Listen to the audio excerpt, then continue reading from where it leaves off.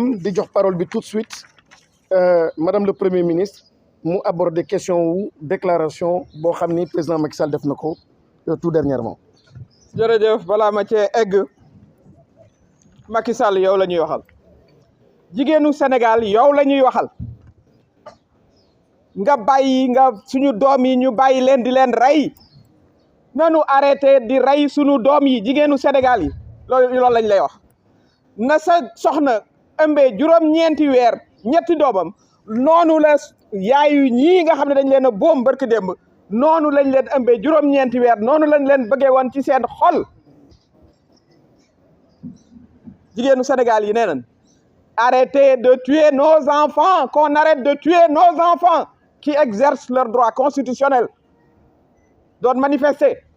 droit constitutionnel c'est reconnu par la constitution du Sénégal ba ñu ciy boom ñett encore une fois wax nañ ko kenn mësta boomee autant de jeunes et d'enfants que depuis ces derniers mois et ces dernières années il faut que cela s'arrête, il faut que cela cesse loolu Macky Sall lañ koy wax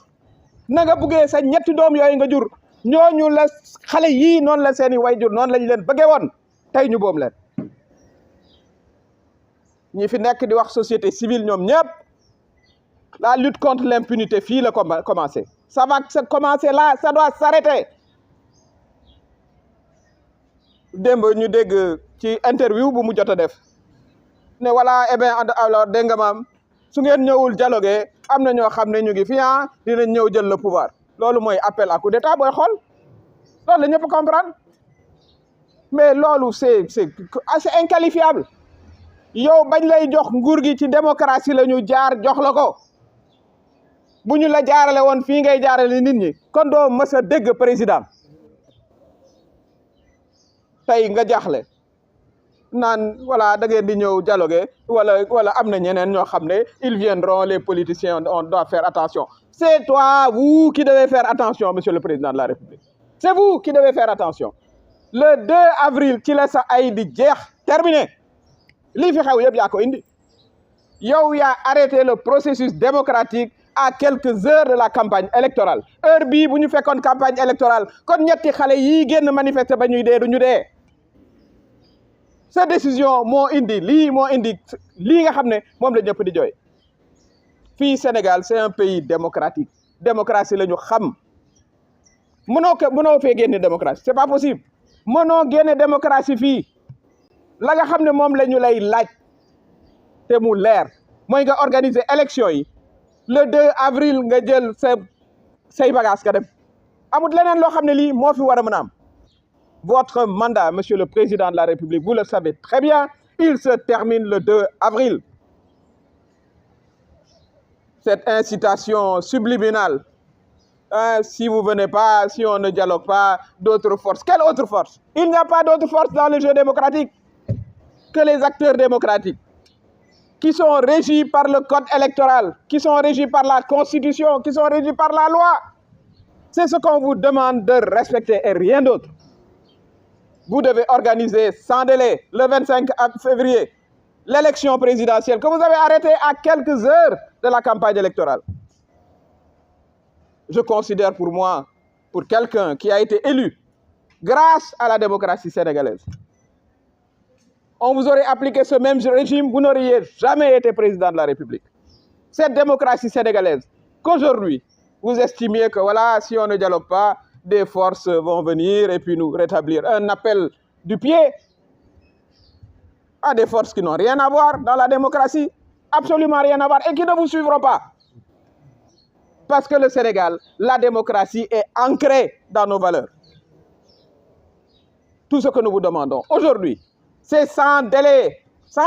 organiser l'élection le 25 février. Nous demandons aussi au Conseil constitutionnel, nous avons fait un recours au Conseil constitutionnel. Mesdames, Messieurs, vous êtes 5 Sénégalais aujourd'hui. Sachez que 7 Sénégalais, 7, l'avenir de ce pays en quelque sorte est aujourd'hui entre vos mains. L'histoire vous a placé devant nous. C'est à vous d'entrer dans l'histoire ou c'est à vous de marcher et de montrer dos à l'histoire. Vous savez pertinemment que la loi qui a été votée pour le report est une loi anticonstitutionnelle. Nous avons fait recours. Si on veut que le Sénégal continue sa marche démocratique, mais rapportez cette loi qui est anticonstitutionnelle. Et nous retournerons normalement dans le processus électoral qui était entamé et qui n'aurait jamais dû être interrompu. Loolu mooy wax ji tey juróom-ñaar ngeen yu sénégalais yoo xam ne yii bu ñuy seet avenir ak président au Sénégal mu ngi seen loxo ndax la xew assemblée nationale ñu delloo génne délai bi ne non léegi dañu koy yóbbuwaat 9 mois xam ngeen ne loolu tegul ci yoon xam ngeen ko bu baax li président Macky Sall doon wax mu ngi fii tege ñoo àndoon ak moom ñun ñoo doon manifester ak moom na ku ne delluwaat xool dans les réseaux sociaux la mu doon wax président Ablaye Wade ne ko fii doo fi toogaat 1 jour supplémentaire mais yow it Macky Sall doo fi toogaat 1 seul jour supplémentaire kon conseil constitutionnel soxna yeeg ña fa ne xam leen ne la ngeen war a def pour lii dak xale yii di génn manifester te ñu am ci droit nag am droit mu manifester di manifester pacifiquement ñu naan leen tell bal ñuy dee 22 ans 23 ans mais où est dans quel pays c'est-à-dire rien que ça c'est une défaite loolu waroon naa laaj ku jiite réew mi démissionné sa ay propre doom yow ñu tuddee la le père de la nation dafa am sens waxuñ ko rek nii mooy da nga war a protéger sa jeunesse warta génne di manifester ñu leen di dóor bal ñuy dee kooku jigéenu Sénégal yi duñ la ko masabal la ñuy laaj nag mooy yoon atte ñu mooy li procureur wax muy CPI muy justice képp koo xam ne boom nañ la fi dans l'exercice de tes droits constitutionnels mais dinañ ko layoog yow dinañ ko layoog yoon kon cet appel qui a choqué le monde entier tout le monde a compris li nga bëggoon a wax su ngeen ñëwul dialogue armée day jël pouvoir loolu la ñëpp comprendre te yow nga jaar ci démocratie yow armée ñëwul teg la fi de ci suñu coobare bopp ñun sénégalais yi ñu wàccoog yow nag falaat la nga war a dem interrompre processus démocratique bi nit ñi génn di manifester ñetti xale yi doomu Sénégal def yi nga naan eh bien alors su ngeen ñëwul bu ñu discuter wul d'autres forces mais ces forces on a bien compris loolu du fi amee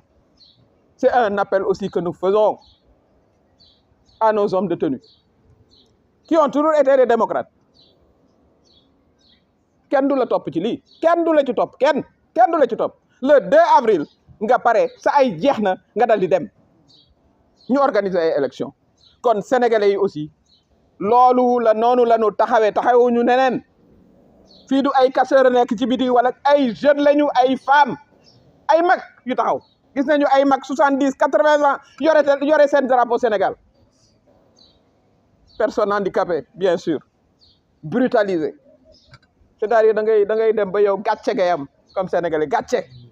suñu wax ju bari jeeg droit de l'homme te gis say force de l'ordre di brutaliser ay soxna une femme doxe ko ginnaaw même pas en face parce que jigéenu Sénégal kenn du leen xokkatal doxe ko ginnaaw dóor mu taxaw noonu la jigéenu Sénégal yëpp taxawee noonu la ndawu Sénégal yëpp taxawee noonu la magu Sénégal yi taxawee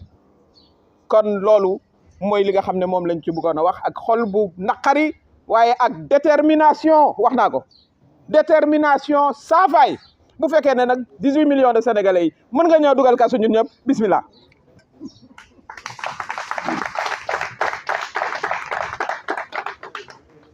Merci beaucoup présidente Aminata Touré li mu wax am na solo trop ndaxte président Macky Sall yéen a ngi fàttaliku déclaration bu njëkk bi mu defoon dafa xaw a jiitu li mu naroon teg comme plan coup d'état constitutionnel bi mu naroon def daf ko xaw a énoncé ak annoncé ci déclaration boobu et après on a vu ce qui s'est passé à l'Assemblée nationale ak li mu nar a jur. Là actuellement aussi c'est extrêmement important li présidente Aminata Touré wax nañu bàyyi xel bu baax tactique ak stratégie président Macky Sall dafa annoncé ni am na lu nar a xew dafa annoncé ni fi ñuy jëm kat ak moom xëy na ay pexeem dina indi situation boo xam ni lu musul am Sénégal lu ñu musul xalaat mën na am na ci ñëpp bàyyi xel